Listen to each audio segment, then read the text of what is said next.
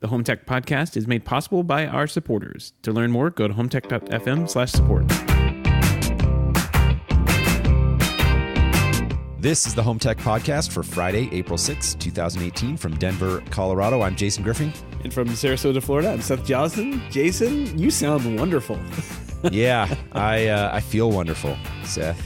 I'm glad it's coming across. I'm glad you woke up long enough to do the podcast tonight. We really appreciate that.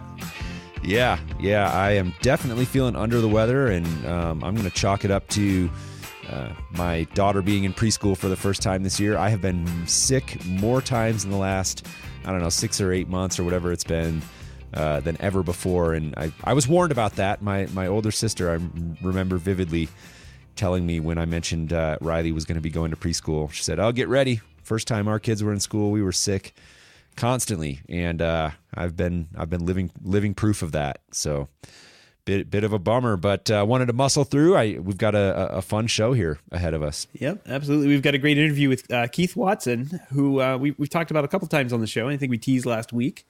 Who is a enthusiast about the home automation world, and he is also blind. He has a degenerative disease, or a disease that is looks like it's very rare. I kind of looked it up and looked up the info about it. I can't say it. He nailed saying the Latin name of it. I'm not even going to try it. But you're no fun. Yeah, it's not chow mein. I can tell you that. Yeah. But definitely a really cool interview. Gives you a completely different perspective on what we do and what we talk about. For sure. Really, really awesome interview, and really appreciated Keith coming on. We've been going back and forth for a little while trying to get him, schedules to line up. And really just the thing that struck me about it is how resourceful Keith has been in terms of really, you can tell he's passionate about the smart home, and obviously being blind has created its own unique set of challenges to that, but also opportunities, right? Where the smart home technology has been a real help for him. So there are definitely some really interesting facets to what he's been able to dig in and figure out that I think people will really enjoy hearing about. Yep, absolutely. Jason, speaking of hearing, your voice is coming through crystal clear this week. You must. Sounds good, right? Yeah. The sultry tones of my baritone voice here. Right. Yeah, it should be coming through clear. I am on a much improved network here. I got the Eero installed over the weekend, and man, I got to tell you, it lived up to the promise. It was very, very easy to set up. Really took me very little time at all. I think they did a great job in terms of the app sort of guides you through. You can tell that it is very much targeted at a very casual, non-techie consumer, and that generally not a bad thing at all. But there were a couple of interesting things about the setup process that sort of struck me. One of them is the fact that it actually prompts you for a cell phone number when you're doing the setup, and it sort of uses that for two-factor authentication. And I was just curious about that, so I did look it up. And Seth, I'll toss a link over to you that we can put up in the show notes. People can read about that. But there's an article on their website that explains why they do that. And one of at least the reason they cite in the article is that during the setup process, your network is going to go in and out, and they're trying to, I guess, maintain that connection to the system. So they sort of use your data on your cell phone as a backup. And so one of those things where you can look at and see that clearly it was designed, again, for that very casual consumer. And I remember just thinking, man, that would really be a pain if I were a pro and I was trying to set this up for a client. So there are some ways that you can get around that, and I'm not sure if they're, I think Eero has a professional installer program where maybe they treat that a little bit differently. But I thought it was interesting, a noteworthy approach. And also Robert Spivak, who's a supporter of the show, had reached out, and after he heard us mention that I had bought the Eero, and had sort of given me a heads up about that. And he said, that there is a way you can just sort of enter your email, and if you kind of, do it enough times, he sort of half jokingly said the app will give up, and it'll allow you to use an email for two-factor authentication. But, didn't bother me. I went ahead and plugged in my cell phone number, and that was really the only thing that kind of had me scratching my head a little bit. But other than that, very, very easy. Good to hear. That's I've got that may as well conclude, I guess, our Wi-Fi discussion until something happens, something dramatic happens. But I've Yeah, it's been great. Yeah. We were really having issues, especially upstairs, kind of in the kids' rooms. I mean, there was clearly something going on with the radios on my Airport Extremes, and on the 2.4 band especially, I was getting like 1 or 2 megs down. Oh, that's no good. And in those rooms now I'm getting, what I should be, which is about 40 or so, north of 40. Yep. And that's plenty. That's plenty fast for our needs. So I'm pretty happy. Very cool. I'm going to tease this now, but I'm not going to say what it is. And if it doesn't work out, then I will, or it does and doesn't work out. Regardless, I will be talking about it on the show. I have a nice little tool that I bought from Germany. I saw the shipping came from Dusseldorf. So I will, interesting. Yeah. Little teaser there. Little teaser. I'm hoping to get this thing in. I was hoping I would have it already. But it looks like it comes in either tomorrow or Friday. So, hopefully we'll have that soon, and I'll be able to check it out, and we'll talk about it a little bit more on the show. But it's a little. One other thing I did want to mention, if I can, is just take a second here. Again, just sort of walking through the process and being somebody who's sort of tech savvy, but knowing, the sort of the I don't want to. I'm not saying lowest common denominator in a derogatory way, but like knowing that audience and how they have to kind of tailor the setup. I did think that they did a nice job of really advising on placement. So there was a part of the app where they specifically sort of walk you through not placing the access point, near big metal appliances, like your or things like refrigerator. that. Yeah, and, yeah, exactly. And those are things that I think, Seth, you and I, and probably a lot of listeners to the show, just sort of know intuitively. Right. But a lot of people don't. And so I thought that was smart. And what was even more interesting is that actually after you plug in one of the satellite units, it'll tell you it'll give you a button that says check the location. And I'm not sure exactly what it's doing behind the scenes, but somehow it's testing to make sure probably that there's not a lot of, interference or signal loss or whatever it is they're measuring.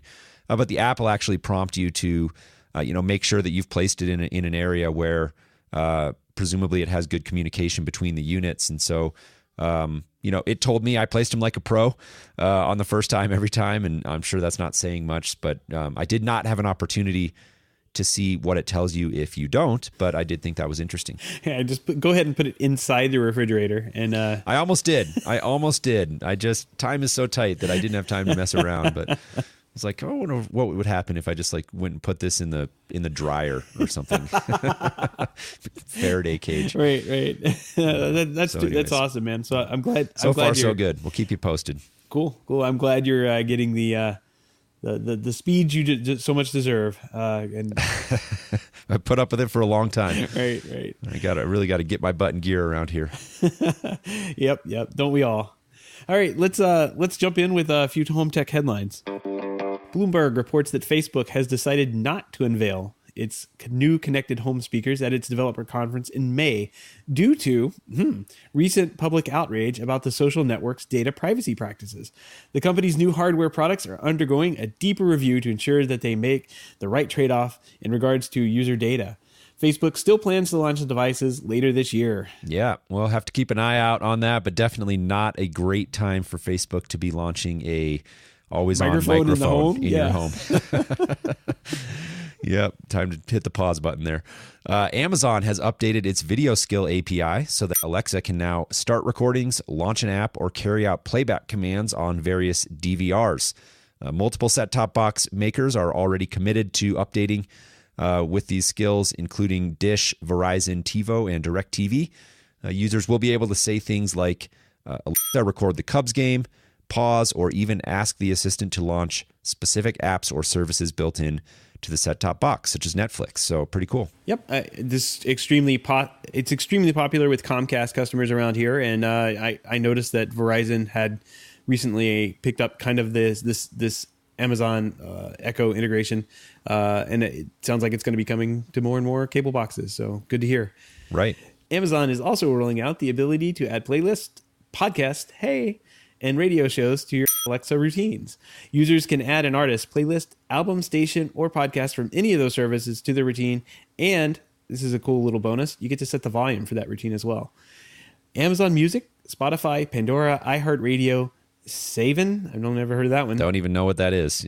Deezer, yeah, and TuneIn are supported at launch. Yeah, no, it's a nice little feature, and I agree with you, Seth. When I read that you can set the volume as part of that routine, I thought that was smart because you never want that volume coming on blaring if you're just trying to listen to a quiet music with your morning coffee there. Podcast, HomeTech podcast, the latest episode, indeed. Yes. Nuvio, the company behind Tableau, who we've talked about numerous times here, has just unveiled the Tableau Dual Lite. This is a new model that retails at a very competitive $140. In some ways, this actually exceeds the capabilities of its predecessor, the Dual, which retails for $220. So a definite improvement there in the price point. The Dual Lite sports a slightly better tuner, integrated demodulator, and better AC Wi-Fi chip. Also comes with a free trial of the company's new cloud DVR. So Tableau doing some good things there and getting those price points down as well. Pretty cool. John Giandria, Google's former head of search and artificial intelligence, is joining Apple. The hire, first reported by the New York Times, comes one day after the executive announced he was stepping down from his role at Google. Giandria, a machine learning expert who joined Google back in 2010, is a huge get for Apple, which has struggled for years to make progress in its fast-moving and increasingly important AI fields like computer vision and natural language processing. That's good for Apple. I've seen a lot of articles speculating on where he will, put his efforts into. But quite frankly, there's a lot that Apple could do with someone like this gentleman here and his experience. I think it could definitely reach across not only AI fields like computer vision and language processing, but I mean he could do a lot for just maybe even basic search. Within the App Store, it could be a huge thing. Right. So should be it's a good hire by Apple. Get Apple moving. And you like how I laid the stories out, Seth, so that you got that last name instead of me. Appreciate it. Gianandrea, I think. I'll take a stab at it there. Name will be in the show notes. Remarks made by Google VP Rishi Chandra last week strongly suggest that the company has not given up plans to release its own smart display device. So this would be a device akin to like the Echo Show. To date, Google has worked with hardware partners like Sony and Lenovo on these types of devices. Asked why the company hadn't released its own hardware in this category, Chandra told Variety, quote, "I'm not saying we are not going to do it." So we'll be interested to watch that. I know, Seth, you and I have talked about it multiple times, and I think it is a intriguing category in general to see if that really can take hold in the home. Yep, absolutely. I think it would be interesting to see Google release one, but I don't think they necessarily have to. Certainly not. They have the homes. Yeah.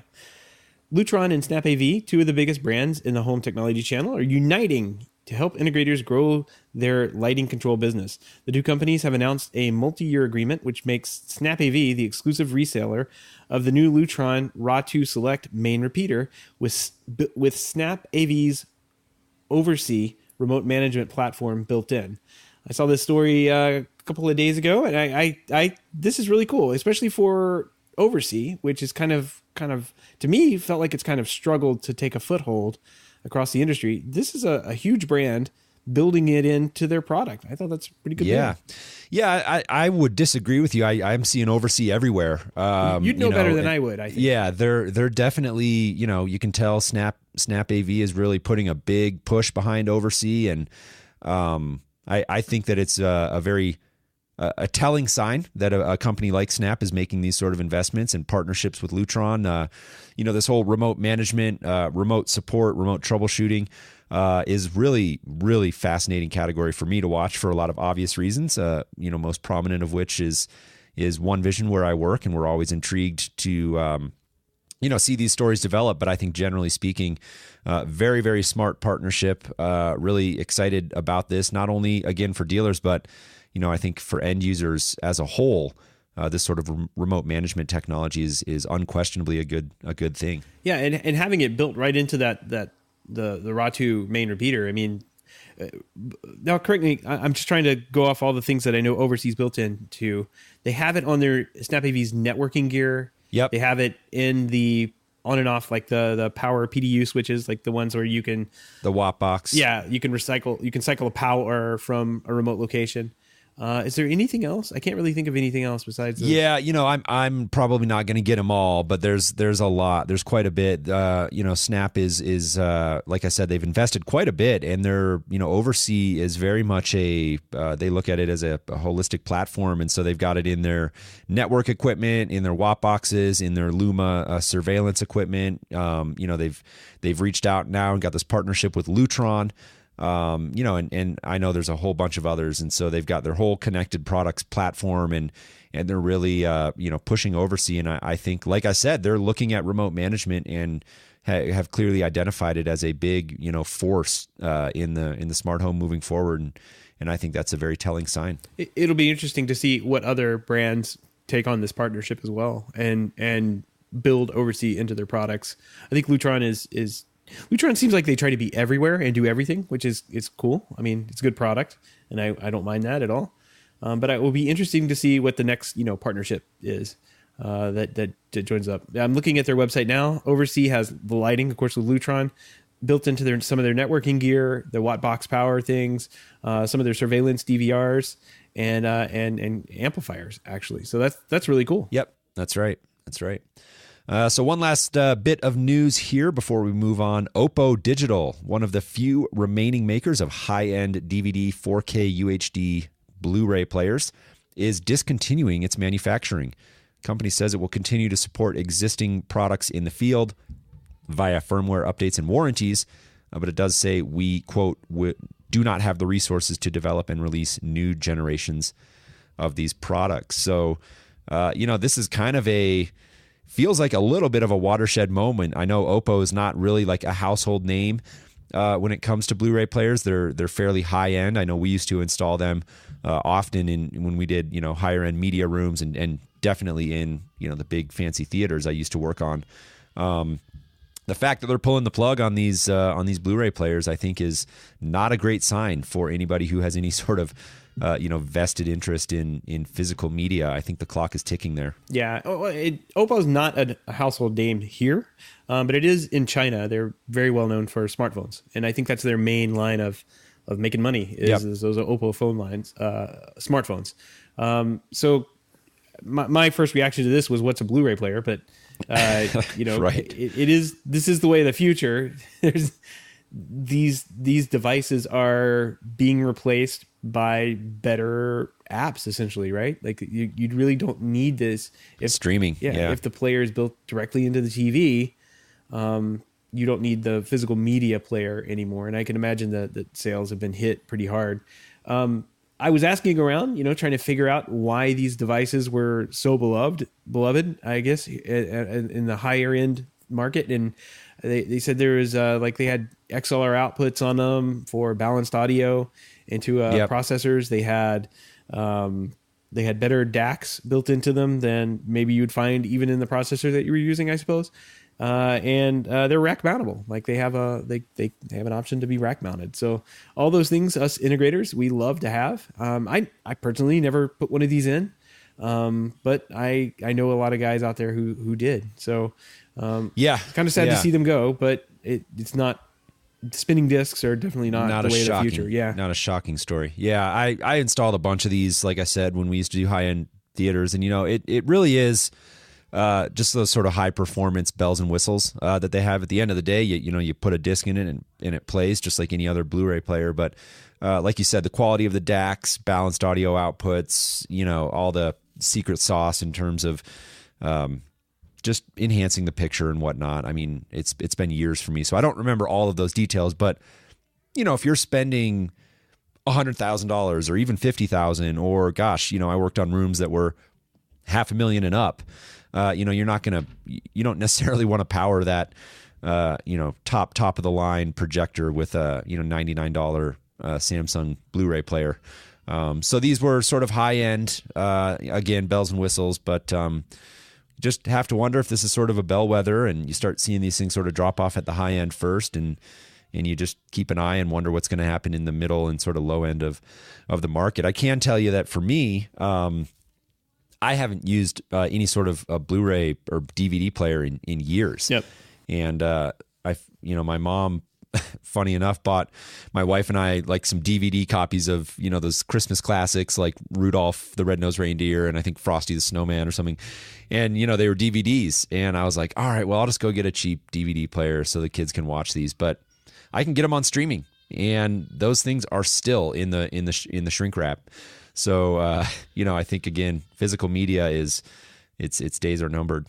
Yeah, and then you end up like me with copies of Bubble Guppies. Oh, there you go. The Gummy Bears, complete season of My Little Pony, and Bubble Guppies. all of the DuckTales. Oh, man. Here we are, all of the DuckTales.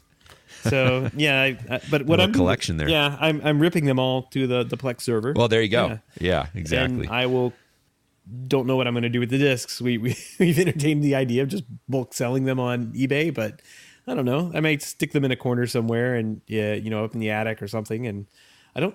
Yeah, some people like to have, some people like to have them around. I know movie collectors who sort of enjoy having the physical copies the same way sort of a book collector enjoys having a nice, bookshelf with all the classics on it. And I get that. It's never been a thing for me though. Yeah. I'm just all streaming these days. It's not a thing for me either. And I got to say, like, the process of ripping them and encoding them and putting on the Plex server, like, it's really a big waste of time because at no point is the work that I'm doing ripping these older, mostly DVDs. Quite frankly, I have a few hundred Blu-rays, but not like I don't have a lot of Blu-rays like I have DVDs. And the work that I'm doing on it is not the quality that you're going to get from actually just streaming it. Like whatever source is out there for streaming is going to be done encoded and done at a resolution that is way better than what I have off my old DVDs. So it's a waste of money. It's primarily there for convenience, and kind of came in handy. I had ripped at least one of those Bubble Guppy discs and put it on the Plex server.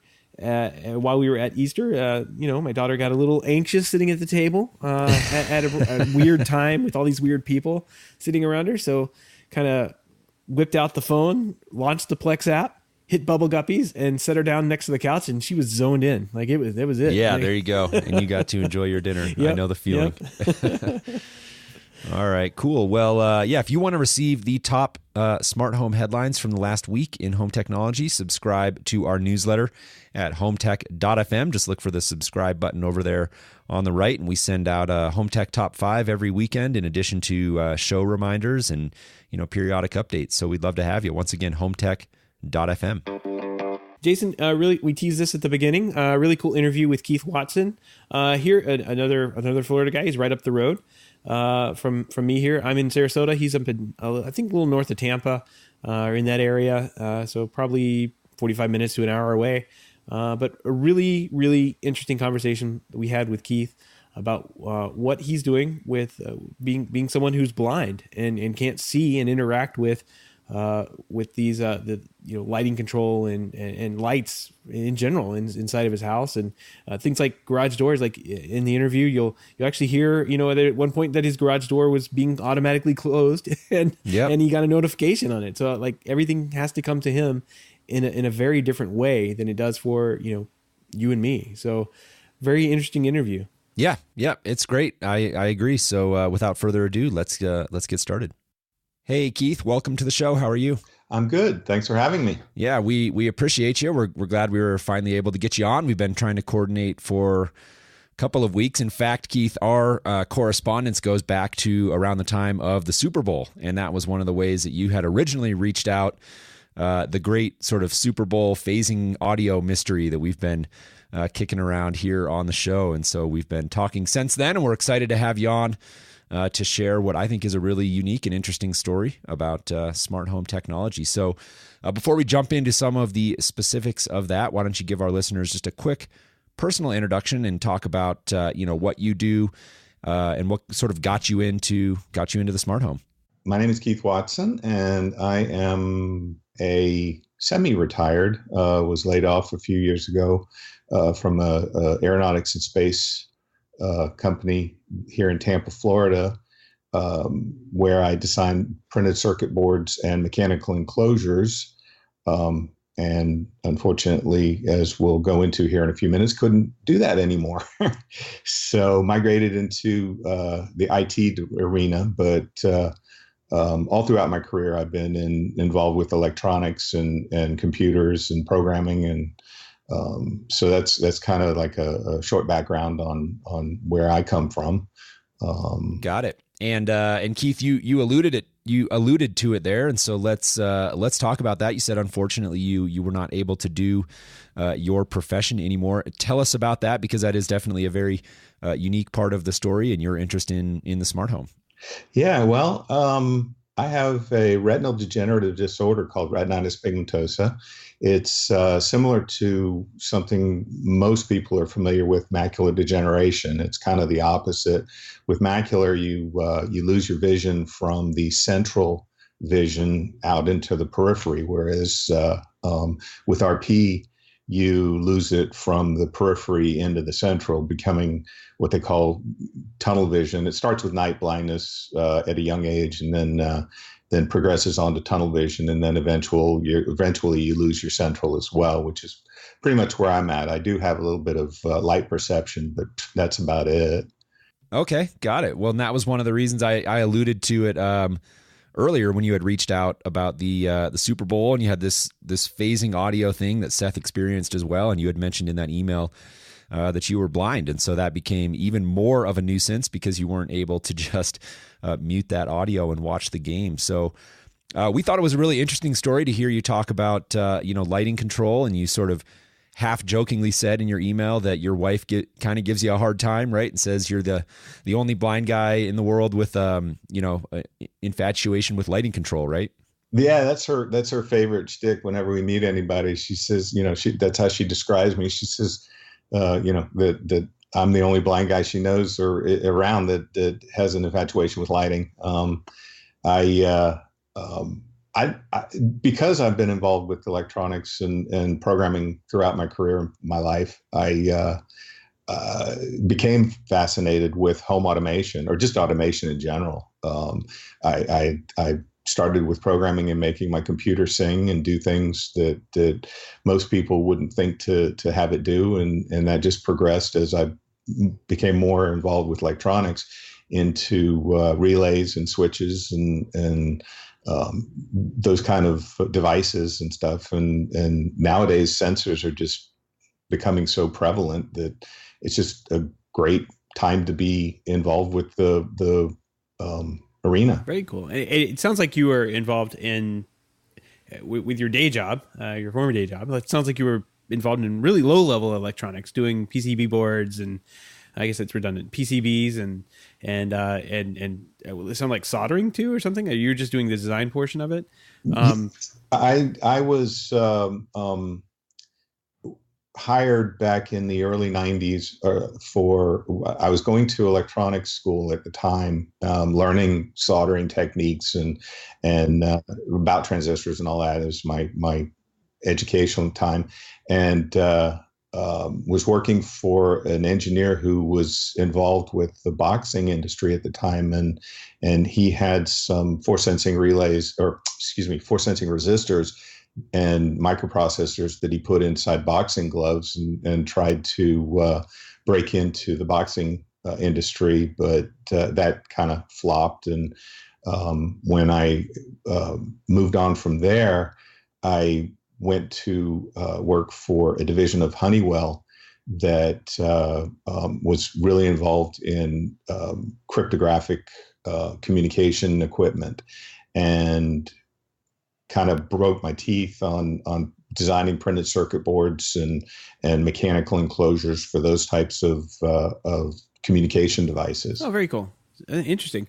So electronics sounds like it's pretty close to heart with you, and yeah, it is. It very much so. I can definitely see how that bleeds over into the personal life, and you get more gadgets sitting around you than you know what to do with. So explain to us what you've done there at your house. I got a little note here that says "Home of the Future." Is that your house? What you're calling your house is Home of the Future? Well, the home of the future was actually when I moved back to the States in '75. My father was involved with the downrange tracking facility, so I grew up in the Bahamas and then moved back to the States in '75, and we moved to Coral Springs, Florida, which was the community of the future.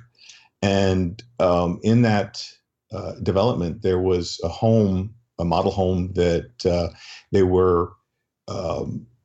At the time using photo sensors and all kind of relays and stuff to turn on and off lighting and so forth. They didn't have any garage door openers or smart uh, uh, kitchen appliances or anything like that. But the whole thing was that it was coming. This is the wave of the future. This is how it's going to be, and it was kind of neat as a 12-year-old running around our neighborhood, which had all these the lighting in the neighborhood. The street lamps were about 3 feet high, all on the ground with the photoreceptors, and we'd all run around with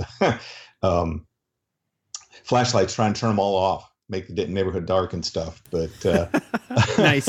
So yeah, but so that kind of kicked off the electronics bug in me, and from there, as I would move through high school and in the 70s and early 80s, was looking into things like X10 and those types of devices that were coming out at the time.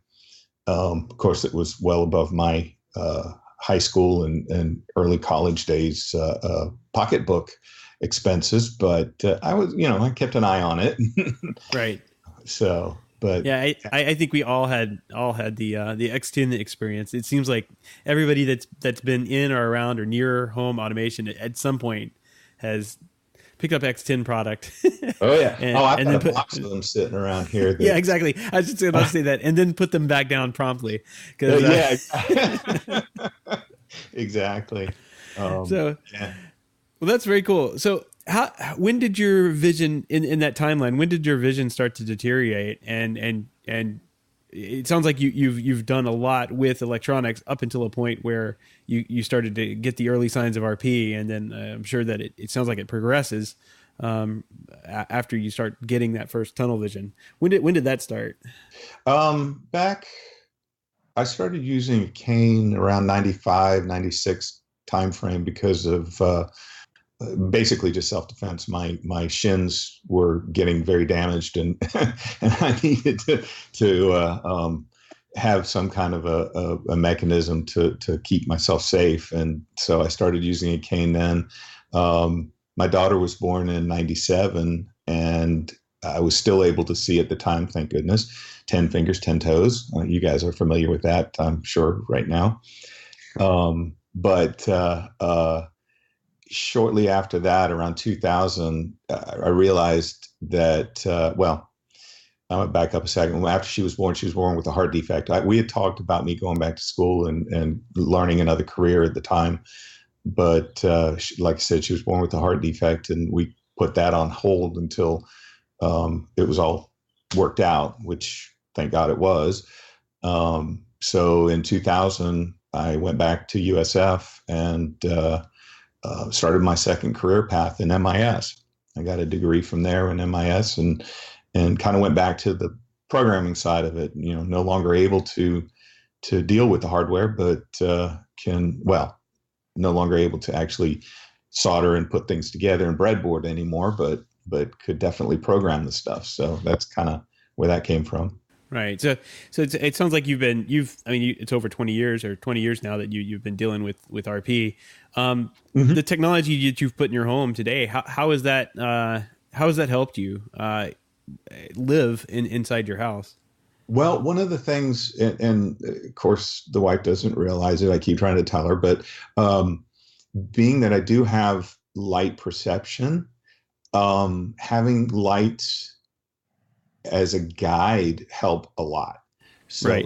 I'll when I walk down the hallway, I have a motion sensor that turns the light on in my office, so I know kind of how far to go or where it is. Your home is pretty much, as a blind person, is well known to you. You muscle memory works, but still navigating with the use of lighting is a great asset. So I turn lights on and turn lights off as I need to, and with the advent of the Echo devices and the Google Homes and everything, voice has become a great asset, because I can just holler out and tell it to turn this light on or that light on, that kind of thing. I set up I ride paratransit, so I ride to work every morning. The bus picks me up, and their backup beep. Well, it must be 7:00 because my garage door just shut. Sorry. Automation in effect. Yeah, well, I said that because it's going to now notify me. Where is it? This is brilliant. Yeah. This is the home of the future right here. So, yeah, couldn't have timed that anyway, better. To finish the thought, the bus system, they have their those backup beepers, and that's how they notify you that they're here. Of course, it wakes my neighbors up and so on, and I don't like that for that to happen. So I have right now a verbal thing: turn on the flasher, and my front porch light will cycle 10 times pretty quick. So basically, and what I'd like to do is put have a friend of mine help me set up an Arduino on a battery underneath my mailbox out there. So when they pull up, I have some kind of a sensor that can tell my system to do that automatically without me having to do it, and then notify me that the bus is here. Because right now, when the windows are open and the doors are open, it's not too bad. But when the AC's on and the house is closed up, it's kind of hard to hear those things. So some better. Yeah, no, that's great. I always love hearing about very practical use cases for smart home technology. I think that's a fantastic example. Let's talk more specifically. I know you've got some really interesting stuff going on there generally, in your approach to smart home technology. Obviously has been colored by the fact that you are blind and you have to sort of approach things a little bit differently. And we'll get into some of the specifics of that. But when we were prepping for the show, Keith, you talked about your quote gateway drug to home automation here, at least in the modern post X10 era. And Belkin, it sounds like Belkin Wemo was really where you started out, but you're doing some interesting things there in terms of Python control and working from the command line interface. And so talk about that a little bit. So Python is my programming preference. I've delved a little bit into Swift right now. I'm an Apple guy. And that's mostly because of accessibility. Apple bakes accessibility right into all of their products. So right out of the box, there's no associated costs with making their devices accessible for me. Whereas with Windows machines and so on, I use third-party stuff. But so using Keyboard Maestro, I don't know if you're familiar with that or not, but Keyboard Maestro is a macro engine type application that can intercept your keystrokes. What happened was I started with the Wemo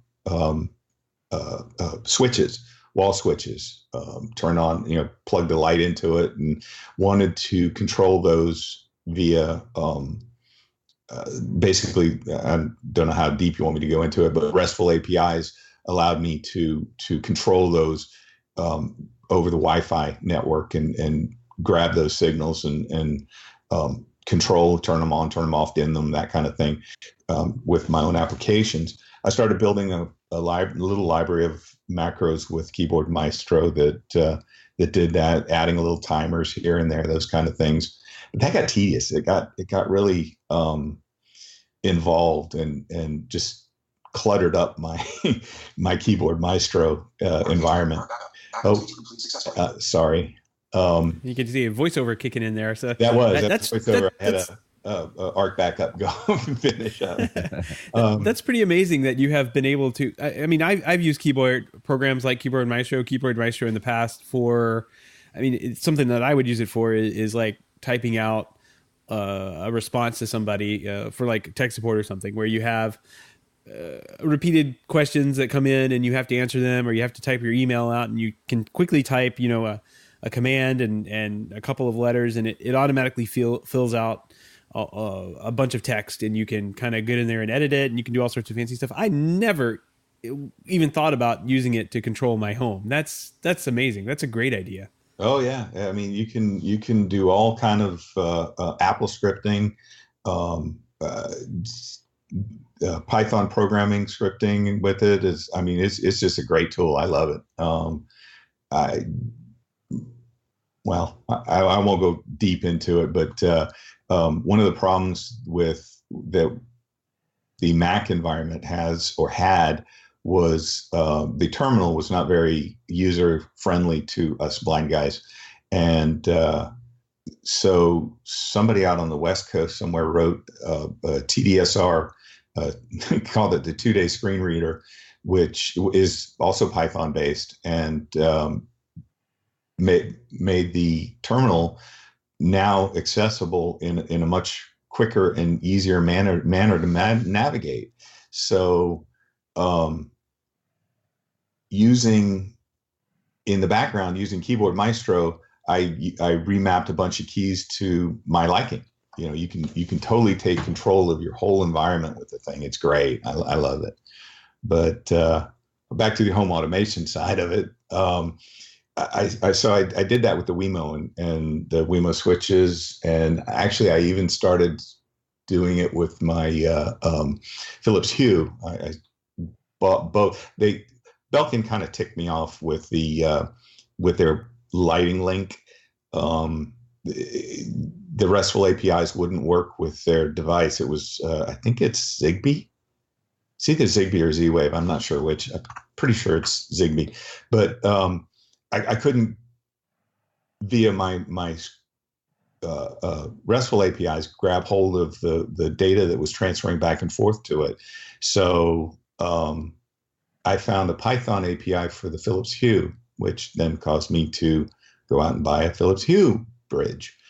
Playing around with that, wrote a few Python programs, added those to Keyboard Maestro. This is getting really tedious. I started looking around and ran across Home Assistant, which is a Python-based home automation controller.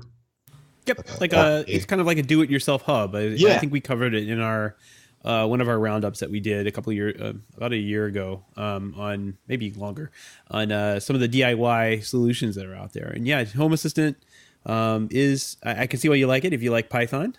Well, I like Python because I don't like Java. I mean, most of the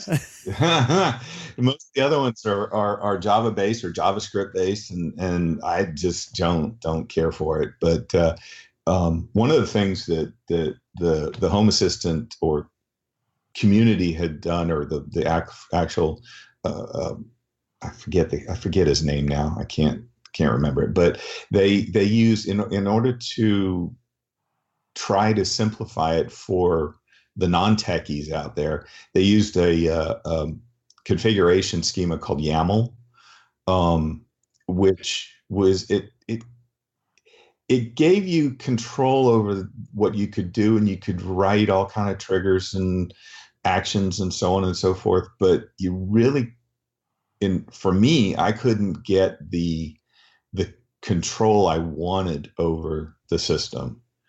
So I fussed through it for a few years, initially using YAML, but then I forget his name too. I should have looked these up, but gentleman wrote a third-party app for Home Assistant called App Daemon, and what it does is it kind of like, if you're familiar with Homebridge, it hooks into the Home Assistant environment and allows you to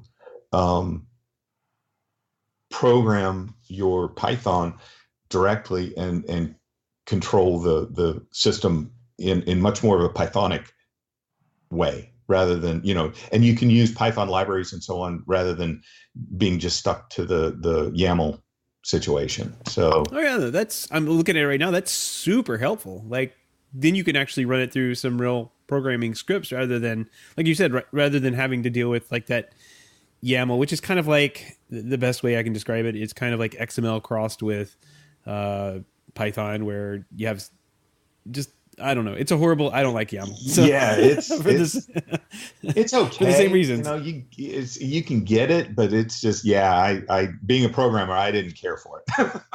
So. Yeah, I don't know who came. I mean, a lot of the Amazon stuff it's got YAML backing it up, and I don't know who came up with that. It's like I can see how it makes life a little simpler. Like there's not as much junk that you need to, like tags and XML tags and things that you need to type in there to waste away key life on your keyboard. But man, it's tough to sit there and just deal with and look through and read, make sure you have all, like there's like with Python there's significant spacing I think that you have to have in place where the spacing matters between elements or something like that. So I get way too away from that. This is pretty cool, Keith. We're sitting here looking at all this stuff that you're lining up. You've been really resourceful with all of this. This is some cool stuff you're doing. Well, thank you. Yeah, it's a hobby. I enjoy. I don't do TV, so when I come home at night, I play with my script. Yeah. No, it's great. I echo what Seth said. I think it's really cool. As we were preparing for the show, that was really the thing that jumped out at me, is how you've clearly just dug in and figured things out. And I think it's really cool. And I think there are things that people can take away from that, no matter what their particular needs or situation in their homes. Keith, are there certain things that you've sort of struggled with that you can't really get past? We talked about this resourcefulness and digging in and figuring out, Python scripting and Home Assistant and App Daemon. I think you mentioned like setting up some Z-Wave door and window sensors, and a lot of these things when you as a as a typical user, you don't necessarily think about, but they may rely on blinking lights or sort of visual indicators to help guide through the setup process. What has your experience been like, sort of dealing with that in your travels? It can be difficult. There, the like the HomeKit stuff with the key, I don't want to call it a QR code, but whatever the code is that you have to scan when you get a new HomeKit device. QR code, yeah. Yeah, those kind of things can be a little difficult to deal with. Thank God I have a 20-year-old daughter who doesn't mind the "Hey Dad" call, or "Hey Megan" call. But so there's that dealing. Of course, most of us blind guys on the web, we deal with things like the what are those things when you go to sign up for something and they have that image that you have to look at and retype the thing? CAPTCHA. Yeah. CAPTCHAs are horrible. Things like that. That's really difficult. As far as setting up my Z-Wave devices, that can be a little challenging. Because you get no feedback. It's just lighting. So my first when I first get one to set it up, I attempt it myself. I try to pair it, try to make it work. And once I start, that frustration level builds up to a certain point. The "Hey Megan, can you give me a hand?" or my wife, get somebody in here to getting those things wired up and figured out are difficult. Once you go blind, I know there's guys out there that do breadboard and solder and that's just, and I know how to do it. And my fingertips are gold. So no. So Keith, you mentioned a Wemo Maker there. Let's touch on that for just a quick second. What are you using that device for? So yeah, that was one of the things I did before the Z Wave, kind of along the Belkid line.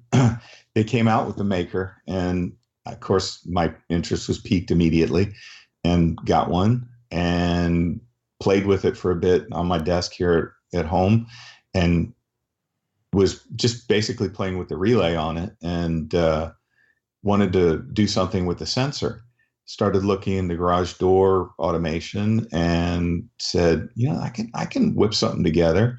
So I found a magnetic relay reed switch that I ran to the sensor and bought some rare earth magnets and put them on the garage door side of it, and the sensor right where the near the bottom. I tried it at different places and just had better luck at the bottom where it was when it closed, it was at the end of the cycle. When it opened, it was at the beginning of the cycle, and got a better latency response off of my notifications for it. I do everything via notifications. Everything that my home tells me about comes through both my Mac and my iPhone. I send it directly to the iPhone. So, but yeah, it's my garage door opener. Very cool. Right. And we've heard a few of those notifications tonight, and I think that's really cool that I mean, that's how you have to get it. There's no blinking light or visual indication that you'd be able to tell was happening.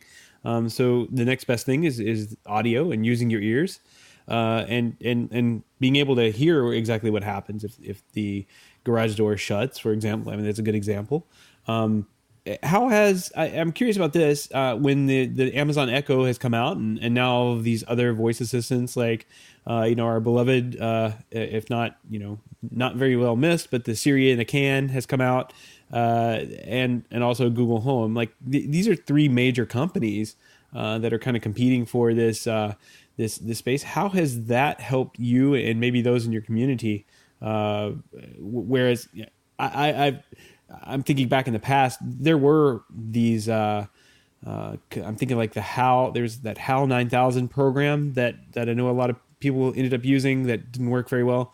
How is the new stuff that from these companies working out for you? I'm mixed. I love it for I love it for the ability to turn on my lights and turn them off audibly, and open the garage door, play Jeopardy, those kind of things. But the amount of data collection that goes on behind the scenes that we're now seeing that's coming out in the news media is just has me a little concerned with an always on mic. I don't so much mistrust Amazon as other companies, but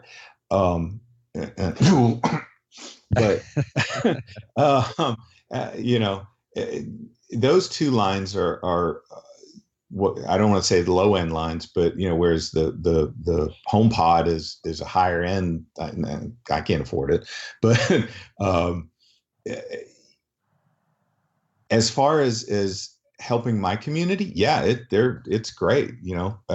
We have instant access verbally to this stuff. We don't have to fumble or find our computers to get data or get, if I need something asked, if I need to figure out a quick conversion in the kitchen while I'm working, it's great. I love it. Very cool. Very cool. Well, Keith, we're running a little on our time here, but I definitely want to ask you, since you come home and you don't watch TV, you tinker with the home automation stuff. What's next in your plans? What's the next big project you're going to try and tackle? I lived through Irma, and I got real concerned with flooding. My backyard during Irma was pretty much underwater. The water came up to almost halfway up my porch. So I'm looking at getting some flood sensors, not only for the outside exterior, but also for bathrooms. I happen to have the line from my toilet bust one morning. My wife and I were getting ready for work. This is about 3 months ago. Broke and just start spewing water everywhere. And we looked at each other. What's that noise? Ran in the bathroom, and there it was, just spewing water everywhere. If we hadn't been home, we'd come home to a mess. So that prompted the whole flood thing and water sensors that I'm looking at right now. I've been looking all over the place, and there's a company called Xiaomi or I forget exactly. It's a Chinese maker. They're reasonably priced. Oh, Xiaomi. Yeah, that's it. Keith, it's a running joke on the show here about how terrible I am at pronouncing that name. So you're in good company. But yeah, those are my next sensors. I'm looking at flood protection, basically. So right. I think that's a great place to look. I know I've had that thought myself this past fall and winter. I did quite a bit of traveling where I was gone for weeks at a time, which is not typical for me. And I know that thought was weighing on my mind quite a bit. And I know they make some pretty nice systems now that can detect that, and you can even have systems that'll shut off the main into your house.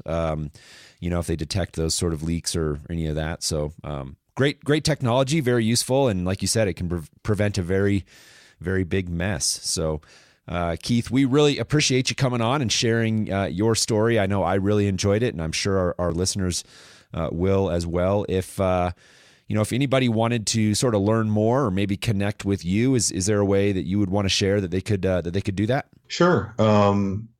Twitter would probably be the best way. I'm TK Watson, at TK Watson. That would be the Twitter handle, or tkwatson@me.com is my email. So you can give that out if you'd like. That's no problem. So yeah, thanks for having me. I really appreciated being asked to be on, and I love you guys' show. So keep it up. Well, we appreciate that, Keith. Thank you so much for taking the time, and definitely keep us apprised of your projects moving forward. We'd love to hear from you again. Shall do. All right. Thanks, Keith. All right. Well, that does it for our conversation with Keith. Really, really enjoyed that. I know he threw out a whole bunch of different sort of interesting ideas there. And if you want to check out links to any of those, as well as anything else that we've discussed on this week's show, head on over and check out our show notes. Those will be up at HomeTech.fm/206. So Jason, I had a really funny tweet today for the pick of the week. This is courtesy of Anthony Rayner, a friend of the show, and longtime listener. I know we've chatted with him a couple of times. All right. Yeah, no, I know Anthony well. Definite, great supporter of the show. We really appreciate it. Anthony, you sending this over. And Seth, in keeping with our tradition of the last few weeks, I have not looked at this ahead of time, so you're going to get my unfiltered reaction here. So it is loading. All right. So let me read the tweet for you. Seth P. Johnson, that's my Twitter handle, has mentioned his podcasting rig in the garage on the show before. It's great to see it in action. And he puts a little link there for a little video, or a little video of my supposed podcasting rig in my garage. That is great. It's like a drop down. It looks like just rough drywall around it, and it's dropping down. And what is that? I don't even know. This is a very old computer. Love the joystick. It's a very old. Yeah, there's like two joysticks. It looks like I don't even. I thought I knew computers. I don't know what that is. Maybe like some kind of. Who we have to get is Greg there in the chat room. That's a throwback to fill us in. Yeah, he actually runs a lot of those.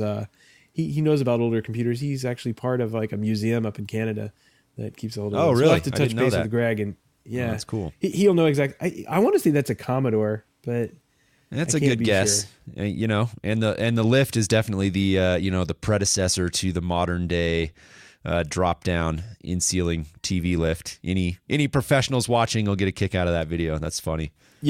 I've done one of those for a TV. It was like one of my first jobs. It's like they sold it in some model home, and there's a TV that comes out of the ceiling in this house. And man, I did a bunch of those. What a nightmare. Pain. Yeah, but I will say, if I could do this in my garage, I would, because my rig looks nothing like this, and if it did, I could push that button and have it go up there and hide out of the way and keep the dust off of it, which would be great. Yeah, there you go. Well, something to aim for. So. Yeah, right. Exactly. Well, that is a great picture, Anthony. Thank you again for sending that over. If you're interested in providing a picture or any feedback, suggestions, anything you want us to talk about or read on air, we would love to hear from you. Send an email over to feedback@HomeTech.fm. Once again, that's feedback@HomeTech.fm, or you can connect with us on Twitter @HomeTechPodcast. And we'd also like to give a shout out and thank you all our patrons who support the show. You can support the show at HomeTech.fm/support. There's a couple of different ways that you can support the show if you can't do it financially.